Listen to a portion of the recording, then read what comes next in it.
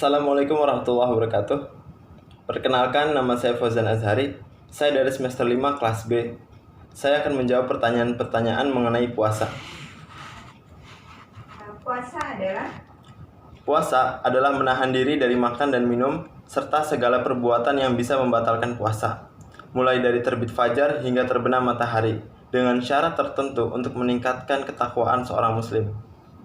Apakah benar bahwa puasa hanya untuk menahan lapar dan haus? Tidak. Sebuah hadis sahih Rasulullah SAW menyatakan bahwa orang yang berpuasa tetapi tidak menghasilkan apapun dari puasanya selain lapar dan haus. Hadis riwayat Ibnu Huzaimah. Hadis ini mengisyaratkan secara tegas bahwa hakikat saum atau puasa itu sesungguhnya bukanlah menahan lapar dan dahaga. Akan tetapi puasa adalah menahan diri dari ucapan dan perbuatan kotor yang merusak dan tidak bermanfaat. Apa hikmah diwajibkannya puasa Ramadan? Dalam Quran surat Al-Baqarah ayat 183 yang artinya, hai orang-orang yang beriman, diwajibkan kamu berpuasa sebagaimana diwajibkan atas orang-orang sebelum kamu agar bertakwa. Hikmah kewajiban puasa yaitu agar kita bertakwa dan menyembah Allah Subhanahu wa taala. Apa dalil Al-Quran dan hadis yang menyatakan puasa Ramadan? Dalam Al-Quran, ya ayyuhalladzina amanu kutiba alaikumusiyam kama kutiba alal ladzina min qablikum la'annakum tattaqun.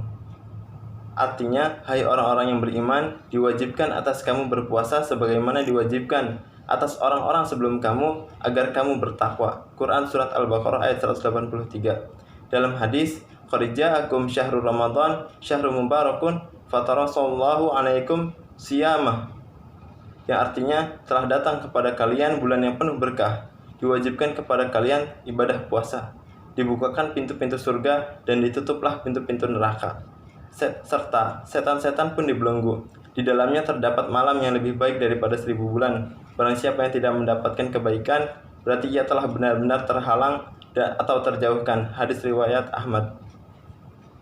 Jika seseorang tidak menjalankan puasa Ramadan dikarenakan ada uzur, maka apa yang harus dilakukan? Yang pertama, dengan mengqadha puasanya, yaitu membayar puasa sejumlah yang ditinggalkan. Yang kedua, dengan membayar fidyah, yaitu memberi makan orang miskin. Selain puasa Ramadan, adakah puasa yang lain yang diwajibkan kepada umat Islam? Ada. Yang pertama puasa qadha, yang kedua puasa kafarat, yang ketiga puasa haji dan umroh, yang keempat puasa istisqa, yang kelima puasa nazar. Jika ada puasa yang diwajibkan, ada juga puasa yang disunahkan. Coba sebutkan puasa sunnah yang Anda ketahui. Yang pertama ada puasa Asyura, lalu ada puasa Tasu'a, puasa 6 hari Syawal, puasa Tarwiyah pada tanggal 8 Zulhijjah, puasa Arafah, puasa Ayyamul Bid, puasa Senin Kamis, dan puasa Daud.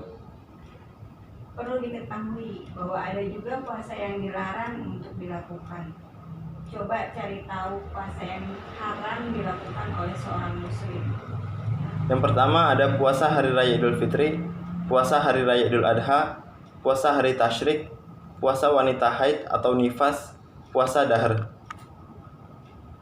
Syarat sah adalah yang menjadikan sebuah kegiatan dianggap sah atau berhasil dilakukan.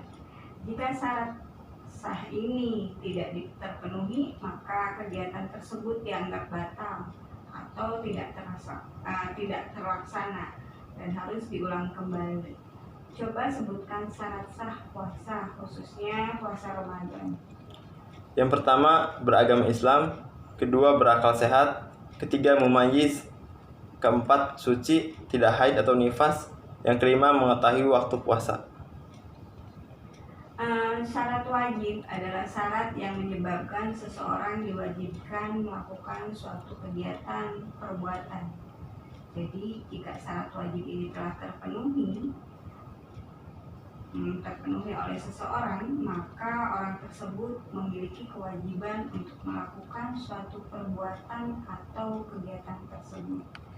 Coba jelaskan syarat wajib puasa, khususnya puasa Ramadan. Ada 5.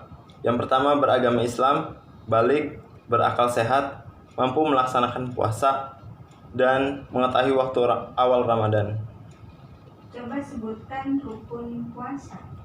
Yang pertama ada niat, kedua meninggalkan hal-hal yang membatalkan puasa. Banyak yang berpuasa, namun sebagian besar hanya mendapatkan rasa lapar dan haus. Mengapa demikian? Mungkinkah karena tidak terjaganya etika ketika sedang berpuasa? Ya, orang yang berpuasa memang memiliki kewajiban untuk menjaga etikanya. Karena itu apabila etikanya tidak dijaga, maka pahalanya bisa berkurang. Dalam kitab Naqasid al-Saum, Imam Izzuddin bin Abdissalam al-Sulami membahas tentang adab atau etika yang harus dijaga bagi orang yang berpuasa. Imam Izzuddin al-Sulami mengelompokkannya dalam 6 bagian, yaitu 1, misalkan Hafiz al-lisan wa al-jawari an al-mukhallafah, menjaga lisan dan seluruh tubuh dari ketidaktaatan. Kedua, mengatakan saya berpuasa ketika diundang atau ditawari makan. Ketiga, berdoa ketika berpuasa. Keempat, mengawali buka dengan makanan tertentu. 5, tajil atau menyegerakan berbuka. 6, mengakhirkan sahur. Coba jelaskan lebih lanjut mengapa etika berpuasa di atas. Yang pertama ada menjaga lisan dan seluruh tubuh dari ketidaktaatan. Puasa seharusnya tidak sekedar soal sah atau tidak sah, tapi juga harus mempertimbangkan segala aspek etika ibadah dalam melaksanakannya. Pentingnya adab dalam menjalankan puasa, bahwa puasa tidak melulu soal lapar dan haus, tapi juga soal menjaga lisan dan seluruh anggota tubuh dari perbuatan jahat, dusta, dan lainnya. Yang kedua, mengatakan, saya berpuasa ketika diundang atau ditawari makan. Itu adalah salah satu bentuk etika kita ketika kita bertamu kepada orang lain atau ketika kita bertamu. Yang ketiga, berdoa ketika berbuka. Doa berfungsi untuk memastikan pahala puasa kita, karena selama berpuasa, kita pasti pernah berbuat salah, paling tidak menggerutu atau tidak senang terhadap sesuatu. Dengan berdoa, kita memohon agar Allah menerima amal kita dan membalasnya dengan pahala. Yang keempat, mengawali buka dengan makanan tertentu. Tidak semua orang dapat menyediakan kurma di saat berbuka dan sahur. Inilah menariknya, karena Rasulullah menjadikan air sebagai standar akhirnya. Air ada di mana-mana, sekedar volumenya saja yang tidak berbeda-beda, karena air adalah sumber kehidupan dan manusia tidak bisa hidup tanpa air. Ini berarti bahwa berbuka dengan makanan dan minuman apapun selama halal dan suci bisa juga termasuk dalam kategori sunnah. Karena itu tadi, selain tidak semua tempat dapat ditumbuhi kurma, ada juga faktor kemampuan ekonomi dalam menyediakan makanan. Yang kelima, menyegerakan berbuka. Menyegerakan berbuka sangat dianjurkan atau sunnah untuk orang yang berpuasa. Setelah setengah hari memenuhi hak ruhani, makanan spiritual dengan berpuasa, maka menyegerakan berbuka sebagai pemenuhan hak jasmani atau tubuh merupakan ibadah yang disunahkan. Yang keenam, ada mengakhirkan sahur. Imam Izzuddin berpendapat bahwa mengakhirkan sahur dapat memperkuat puasa dan waktu sebelum sahur bisa digunakan untuk memperbanyak ibadah. Coba tuliskan niat berpuasa yang saudara ketahui. Yang pertama ada niat puasa Ramadan, yaitu nawaitu shoma ghadin an adai fardhi syahri ramadhani hadhihi sanati fadlillahi ta'ala. Lalu puasa qadha, nawaitu shoma ghadin an adai fardhi syahri ramadhani hadhihi sanati lillahi ta'ala. Lalu puasa kafarat, nawaitu shoma ghadin li kafarati fadlillahi ta'ala. Lalu puasa nazar, nawaitu shoma nazri lillahi ta'ala. Lalu ada puasa Asyura, nawaitu shoma ghadin an adai sunnati Asyura lillahi ta'ala.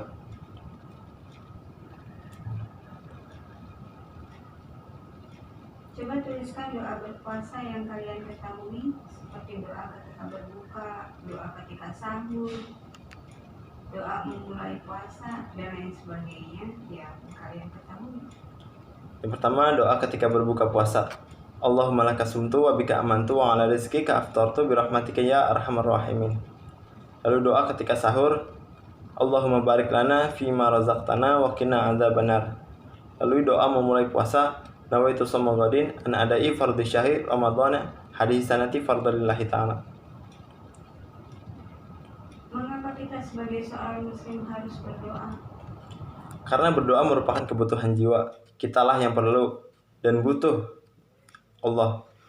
Yang kedua, dengan berdoa akan merasa lebih dekat dengan Allah. Hanya orang-orang yang berdoa sajalah yang merasakan kedekatan dengan Tuhannya. Lalu dengan berdoa dapat menghapuskan dosa-dosa. Sebab lewat doalah yang berisikan pengakuan dosa, permohonan ampun, dan ikrar taubat dapat melebur dosa-dosa yang kita lakukan. Doa ternyata juga dapat mengubah takdir, nasib, dan kondisi kita saat ini. Sebab tidak ada yang tak mungkin bagi Allah. Mengapa doa menjadi kebutuhan yang tidak bisa dipisahkan dari kehidupan seseorang muslim? Salah satunya ketika hendak berpuasa. Karena doa adalah keinginan yang dimohonkan kepada Allah Subhanahu wa Ta'ala. Karena tidak seorang pun dalam perjalanan hidupnya yang tidak pernah mengharap atau merasa cemas, hingga pada akhirnya sadar atau tidak ia menyampaikan harapan dan keluhannya kepada Allah. Dalam melakukan apapun, kita berdoa untuk mendapatkan kemudahan dan keberkahan. Dan juga ketika hendak berpuasa pun kita berdoa. Sehingga doa menjadi kebutuhan yang tidak bisa dipisahkan dari kehidupan seorang muslim. Terima kasih. Sekian dari saya. Kurang lebihnya mohon maaf. Wabillahi taufiq wal hidayah. Wassalamualaikum warahmatullahi wabarakatuh.